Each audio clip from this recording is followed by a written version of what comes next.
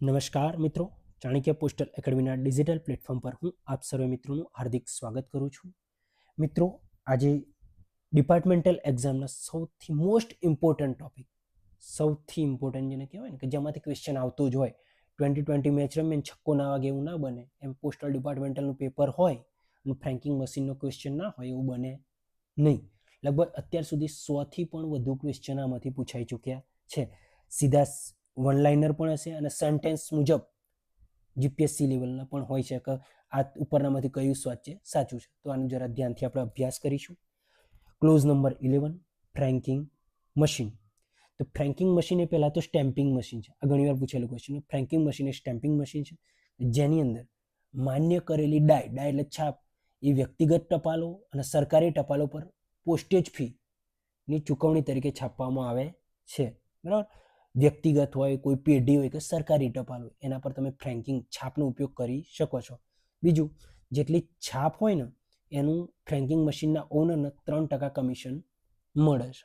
બરાબર, હવે ફ્રેન્કિંગ મશીનમાં કેટલી ડાય હોય? તો એક વેલ્યુ ડાય હોય અને બીજી લાયસન્સ ડાય હોય. બરાબર, વેલ્યુ ડાય કેટલી પણ હોઈ શકે, એક કરતા વધુ હોય શકે, જ્યારે લાયસન્સ ડાય એક જ હોય. યાદ રાખવાનું, બરાબર, લાયસન્સ એક જ હોય ને.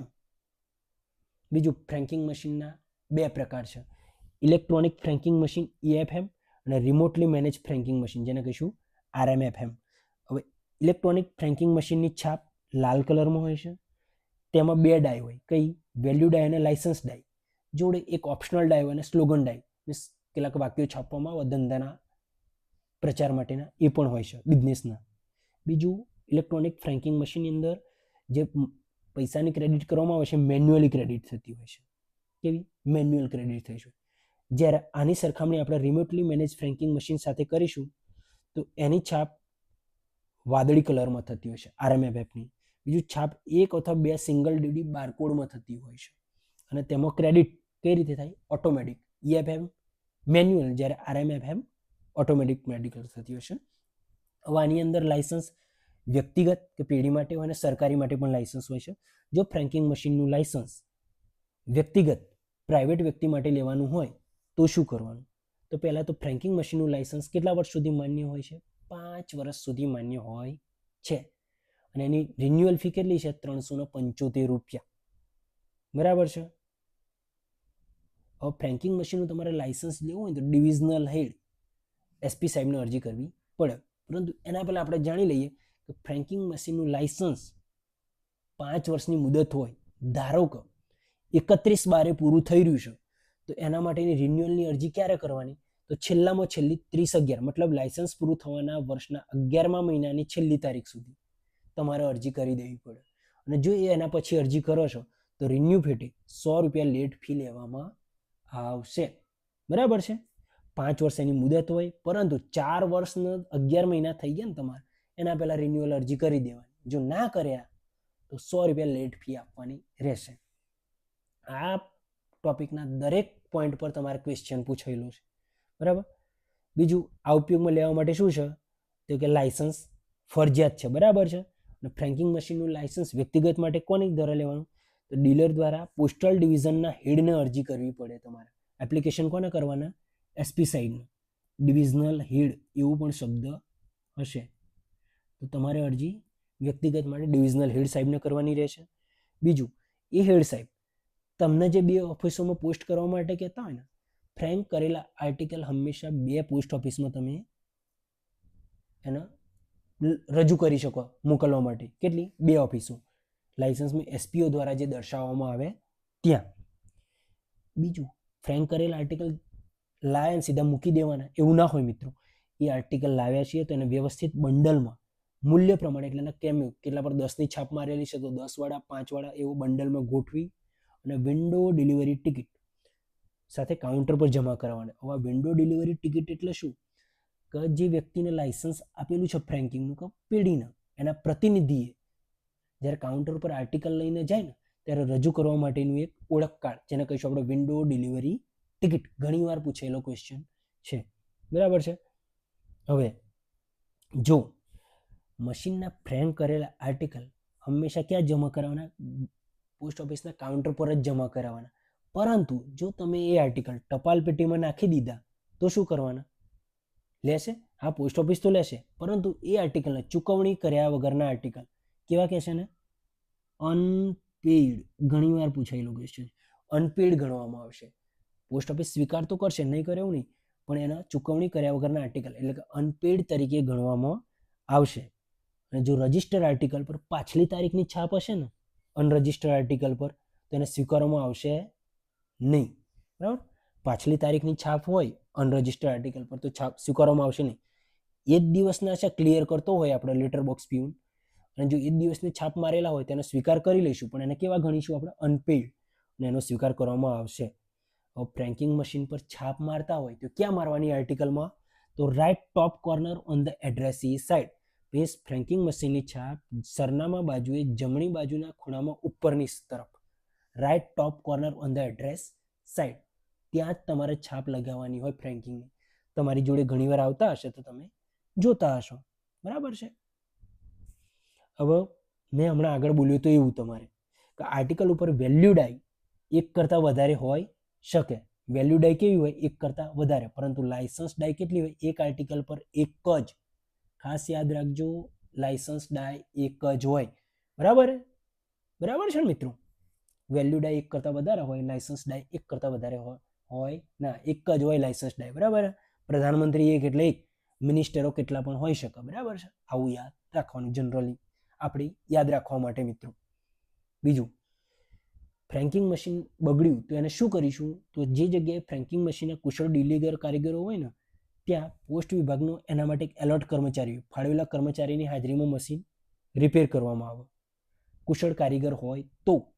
અને જો કુશળ કારીગર ના હોય તે મશીનને પોસ્ટ ઓફિસમાં લઈ જવાનું, જ્યાં ડેઇલી ડોકેટ રજિસ્ટર હોય, એક રજિસ્ટર હોય, એની અંદર પોસ્ટ ઓફિસની લાયસન્સ ડાઈને દૂર કરી અને નોંધવામાં આવશે. બરાબર છે? હવે આ ડીલરો કોણ નક્કી કરે? તો ડાયરેક્ટર જનરલ પોસ્ટ ફ્રેન્કિંગ મશીનના ડીલરો નક્કી કરશે. બરાબર છે? પાછું કે ડીલરો હોય, પણ ડીલરો કોણ નક્કી કરશે? ડાયરેક્ટર જનરલ પોસ્ટ, ડીજી, નક્કી કરશે. જો કારીગરો હોય તો કર્મચારીની હાજરીમાં કરવાનું, અને ના હોય તો એને પોસ્ટ ઓફિસ લઈ જવાનું, ડેઇલી ડોકેટ રજિસ્ટરમાંની નોંધણી કરવાની, અને નોંધણી કરતી વખતે લાયસન્સ ડાઈને દૂર કરવાની, મીન્સ નીકાળી નાખ્યા પછી જ રિપેર માટે આગળ મોકલવામાં આવશે. હવે એનું રિચાર્જ કેટલું કરવાનું ખબર છે? પહેલાં આપણે રિચાર્જ કરતા ને અત્યારે મોબાઈલમાં રિચાર્જ કરીએ છીએ, એટલે આ તમને ઇઝીલી ખબર પડી જશે. ફ્રેન્કિંગ મશીનનો લાયસન્સ ધારક ઓછામાં ઓછા 2000 રૂપિયા અને વધુમાં વધુ 50,000 રૂપિયા સુધીનું ખરીદી સમયે રિચાર્જ કરી શકે. બરાબર? ઓછામાં ઓછા 2000 રૂપિયા અને વધુમાં વધુ 50,000 રૂપિયા સુધીનું રિચાર્જ કરી શકે. પછી એ રિચાર્જ લઈ અને ફરીથી મીટરને રિસેટ કરવા આવે, એટલે ફરી રિચાર્જ કરવા આવે ત્યારે જો 5,000 રૂપિયાનો વપરાશ થયેલો હોય, કેટલા? 5,000 રૂપિયાનો વપરાશ થયેલો હોય તો એને 3% કમિશન આપવામાં આવશે. બરાબર? 5,000નો વપરાશ ફરજિયાત છે. હવે ધારો કે દરેક કામ કરતા હોય ને સાચું જ થઈ જાય એવું તો થાય, માનવ માત્ર ભૂલને પાત્ર. તો ફ્રેન્કિંગ મશીનની છાપમાં કોઈ ભૂલ થાય છે તો છાપવામાં આવેલું કવર, આર્ટિકલ પોસ્ટ ઓફિસને જે તારીખે છાપ્યા હોય ને એના 3 મહિનાની અંદર જમા કરાવવામાં આવે ને, તો જે છાપ મૂલ્ય હોય ફ્રેન્કિંગ મશીન એના 5% કાપી અને બાકીની રકમ પરત કરવામાં આવે છે. ધારો કે તમે 100 રૂપિયાની છાપ કરી છે તો એના 5% કટ કરી બાકીનું 95 રૂપિયા મૂલ્ય પરત કરવામાં આવશે મિત્રો. બરાબર? પણ ક્યારે? છાપવામાં આવેલું કવર અને આર્ટિકલ પોસ્ટ ઓફિસમાં છાપ્યાની તારીખથી 3 મહિનાની અંદર રજૂ કરો તો 5% કટ કરી બાકીનું તમને રિફંડ કરવામાં આવશે. એના ફ્રેન્કિંગ મશીનના તારીખ સાથે મિત્રો એડવર્ટાઇઝ પણ તમે છાપી શકો. ઘણીવાર તમે આર્ટિકલની પાછળ આર્ટિકલ દીધો તો લાયસન્સ ધારક પોતાના વ્યવસાય માટે એક કરતાં પણ વધારે વાક્યો છપાવી શકે છે. કે પોતાના ધંધા સાથે સંબંધિત હોય અને શરતોનું ઉલ્લંઘન ના કરતા હોય એવા જ મિત્રો ઈચ્છા તેટલા વાક્યો છપાવી શકે ડિવિઝનલ હેડની મંજૂરીથી. પરંતુ યાદ રાખજો, એક આર્ટિકલ ઉપર એક જ વાક્ય કે જાહેરાત છાપી શકાય છે.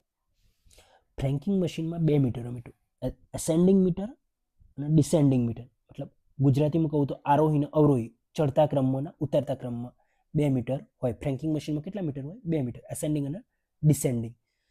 હવે તમે લાયસન્સ ધારક કે એનો પ્રતિનિધિ જ્યારે ફ્રેન્ક કરેલા છાપેલા આર્ટિકલ લઈને પોસ્ટ ઓફિસની બારીએ પર જવાનું હોય, પોસ્ટ બોક્સમાં નાખવાના નહીં, લેટર બોક્સમાં. તો શું આધાર રજૂ કરવાના હોય? તો 3 આધાર રજૂ કરવાના હોય: ફ્રેન્કિંગ મશીનની રેકોર્ડ બુક, ફ્રેન્કિંગ મશીનની ડિસ્પેચ સ્લિપ અને વિન્ડો ડિલિવરી ટિકિટ. આ 3 આધાર એને રજૂ કરવા પડે કાઉન્ટર વિન્ડો પર ફ્રેન્કિંગ આર્ટિકલ આપે ત્યારે. આ થઈ આપણી વ્યક્તિગત લાયસન્સ માટેની. પરંતુ ફ્રેન્કિંગ મશીનનો ઉપયોગ ગવર્મેન્ટ સરકારી વિભાગ પણ કરતા હોય છે. સરકારી વિભાગોને એસપી સાહેબ લાયસન્સ ના આપે. સરકારી વિભાગોને પોસ્ટ માસ્ટર જનરલ કોણ આપે? રિજિયન હેડ, પીએમજી સરકારી વિભાગોને લાયસન્સ આપે. હવે આની પ્રક્રિયા ક્યાં હોય? તો જ્યાં પોસ્ટલના મશીન ફ્રેન્કિંગના રિપેર થતા હોય ને એ સ્થળે પ્રક્રિયા દર્શાવેલી હોય. હવે લાયસન્સ આપનાર પોસ્ટ માટેની 2 ઓફિસો આપશે. પીએમજી સાહેબ 2 ઓફિસ આપશે જ્યાં તમે પોસ્ટ કરશો, જે તો પેલામાં હતું જ, પરંતુ એમાંથી એક ઓફિસ એલએસજી કક્ષાની કે એની ઉપરની હોવી ફરજિયાત છે. ગવર્મેન્ટ ફ્રેન્કિંગ મશીનમાં આર્ટિકલોને પોસ્ટ કરવા માટે 2 ઓફિસોની મંજૂરી મળશે, પરંતુ એ 2 ઓફિસોમાં એક ઓફિસ ઓછામાં ઓછી એલએસજી કે એનાથી ઉપરની હોવી જોઈએ. બરાબર છે? આ એની શરત છે, ખાસ યાદ રાખજો. બીજું, ડિપાર્ટમેન્ટલ પોસ્ટ કે સરકારી પોસ્ટમાં લાયસન્સ હોય તેની અંદર સેવા, સર્વિસ શબ્દનો ઉપયોગ કરવામાં આવે છે. કારણ ગવર્મેન્ટ ફ્રેન્કિંગ મશીનનું લાયસન્સ દ્વારા કરેલું છે, એની ઓળખ માટે સેવા શબ્દનો ડાયમો ઉપયોગ કરવામાં આવશે, લાયસન્સ ડાયમો. બરાબર છે મિત્રો? બીજું, ફ્રેન્કિંગ મશીન ડિપાર્ટમેન્ટ હેઠળના ગેજેટેડ અધિકારી દ્વારા દર અઠવાડિયાના અંતિમ દિવસે ફ્રેન્કિંગ બરાબર કામ કરે છે કે નહીં એ ચેક કરશે. બરાબર? ગેઝેટેડ અધિકારી દર અઠવાડિયાના અંતિમ દિવસે કામ કરે છે કે નહીં તે ચેક કરશે. જ્યારે મહિનાના અંતિમ દિવસે મીટર રીડિંગનું સર્ટિફિકેટ આપશે. અઠવાડિયે ચેક કરશે બરાબર કામ કરે કે નહીં, પરંતુ અંતિમ દિવસે રીડિંગનું સર્ટિફિકેટ કે આટલું વપરાયું એનું સર્ટિફિકેટ કોણ આપશે? ગેજેટેડ અધિકારી. યાદ રાખજો, આ પૂછાય છે. બીજું, લાયસન્સ લેતા હોય ગવર્મેન્ટ માટે તો પણ ભાડું એડવાન્સમાં આપવાનું રહેશે. વાર્ષિક ભાડું કેવું? અગાઉથી આપવાનું રહે. અને પોતાની જરૂરિયાત પ્રમાણે 2000 થી લઈને 9900 રૂપિયાથી વધુ એનું રિચાર્જ કરવાનું હોય. વ્યક્તિગતમાં 2000 થી 50000 હતું, જ્યારે ગવર્મેન્ટમાં 2000 થી 9900 રૂપિયા સુધીનું રિચાર્જ કરવાનું રહેશે. બીજું, પોસ્ટ ઓફિસને જે લાયસન્સ ધારકો રકમ આપતા હોય ને એ રકમ એ લોકો એસીજે 67 નામના ફોર્મના રજિસ્ટરમાં નોંધવાની રહે. આટલી રકમ આવી, આટલી એ થઈ, ઉધારી, બરાબર છે, ડિપોઝિટ કરી, ક્રેડિટ કરી, એ ક્યાં લખવાનું? ફોર્મ નંબર એસીજે 67માં પોસ્ટ ઓફિસના લાયસન્સ ધારકની રકમ લખવાની રહેતી હોય છે મિત્રો. હવે ફ્રેન્કિંગ મશીનની છાપ તેજસ્વી લાલ રંગ મીન્સ બ્રાઇટ રેડ કલરમાં હોય, સ્વચ્છ હોવી જોઈએ અને દૂરથી દેખાય એવી હોવી જોઈએ. અન્યથા જો આવું ના હોય તો પોસ્ટ ઓફિસ એને સ્વીકારવાનો ઇનકાર કરશે. બરાબર છે? સ્પષ્ટ અને સુઘડ દેખાવી જોઈએ. અને લાયસન્સ ધારક કોઈ પણ મૂલ્યની છાપ છાપી શકે છે. એવું જરૂરી નથી 1 રૂપિયાની છાપી, 2 કે 5 કે 10ની, એની કોઈ પણ મૂલ્યની એ છાપ છાપી શકે છે. કોઈ લિમિટ નથી. ઘણીવાર પૂછાયેલો ક્વેશ્ચન છે, મોસ્ટ ઇમ્પોર્ટન્ટ. બરાબર છે? લાયસન્સ ધારકો કોઈ પણ મૂલ્યની છાપ છાપી શકે છે. નો લિમિટ. બરાબર છે? એના પર કોઈ લિમિટ છે નહીં. બીજું, એ ગવર્મેન્ટ વાળા હોય કે પ્રાઇવેટ વાળા, એ જ્યારે કાઉન્ટર પર આર્ટિકલ ફ્રેન્કિંગ કરેલા લઈને આવે ત્યારે એમને દરેક બંડલમાં નિશ્ચિત મૂલ્યના બંડલમાં મૂલ્ય વાઇઝ ગોઠવીને, ધારો કે 50ના છે તો મૂલ્ય વાઇઝ ગોઠવીને વિન્ડો કાઉન્ટર પર રજૂ કરવાના રહેશે. અને પેલા માટે પણ એવું છે કે દરેક ભૂલથી અથવા ખોટી છાપ માટે કવર અને પરબીડિયું પોસ્ટ ઓફિસમાં જમા કરાવવા પર 5% મૂલ્યનું કાપ કરી બાકીની રકમ પરત કરવામાં આવે. બરાબર છે? 3 મહિનાની અંદર. આ ખાસ યાદ રાખવાનું. બીજું, ભારતીય પોસ્ટના અધિકૃત ઓથોરાઇઝ કર્મચારી કોઈપણ સમયે રિપેર રજિસ્ટર અને જોબ કાર્ડ ચેક કરશે. બરાબર? અને જે 2 વર્ષ સુધી સંગ્રહિત કરવું પડશે એમને. કોઈ પણ ઓથોરાઇઝ કર્મચારી હોય એ રિપેર રજિસ્ટર અને જોબ કાર્ડ આપેલું હોય એને ચેક કરશે, તપાસ કરશે શું યોગ્ય છે કે નહીં. અને જેનો નિભાવ એ લોકો એને કયા વર્ષ સુધી સાચવી રાખવાનું? 2 વર્ષ સુધી એને સાચવી રાખવાનું રહેશે.